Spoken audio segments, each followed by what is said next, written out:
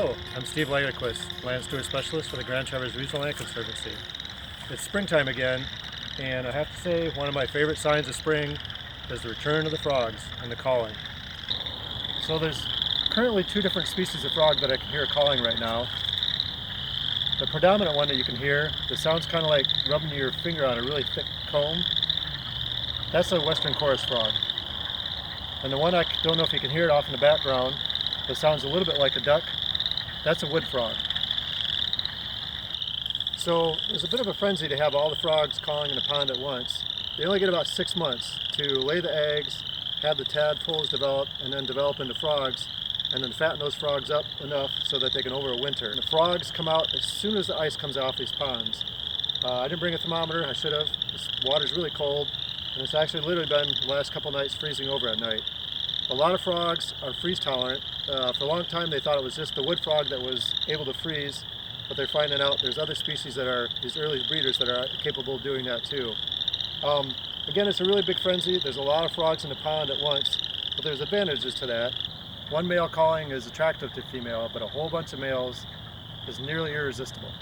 The other advantage is to having all the frogs in the pond at once is that they are at much lower risk of predation. It's really hard to locate a frog when you have a whole bunch of frogs calling. It's really hard to locate an individual frog when there's a lot of frogs calling. The advertisement calls the males are making is again dual purpose. It's for the females, to attract the females, but also it's used by the males to defend territories. The males pick particular spots out on the pond to lay the eggs that is beneficial for the eggs to develop.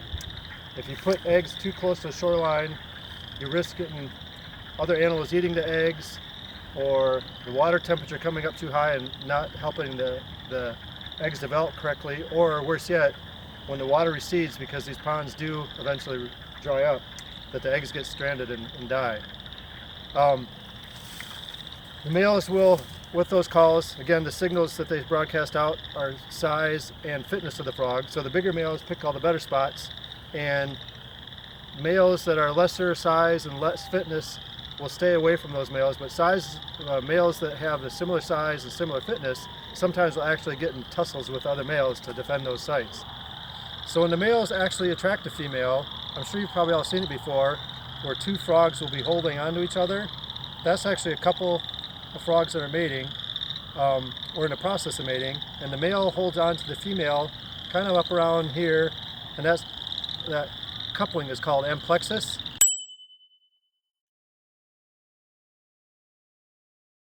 And what that allows the frogs to do is the eggs are externally fertilized, so when the female releases her eggs, the male can release the sperm at the same time, and that position allows the cloacas to get close by, so that the males can fertilize those particular eggs. The other advantage to that is when the male holds on with just his front legs, it frees up his back legs, so if another male tries to get in on the action, he can actually kick the other males away. So the advertisement calls are happening on the ponds, but there's another call out there that's happening at the same time that can be produced by both the males and the females. That's called a release call, and it's helpful if you're a female and you're going out to the middle of the pond looking for Prince Charming, and you have to kind of run the gauntlet of all these other males.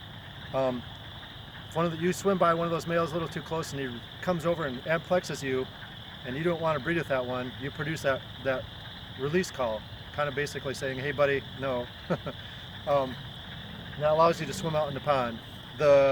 With so many different species of frogs all in the pond at once, there's also other mistakes where a male can grab another species of frog, or grab another male. So the interesting thing is, all the frogs produce a release call. They don't all sound the same, but they have enough of a frequency and a temporal component that is recognized by all the frogs.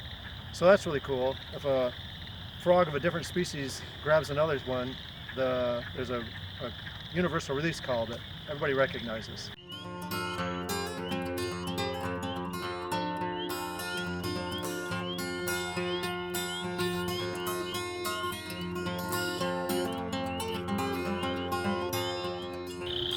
I really enjoyed sharing a little bit of information with you about frogs.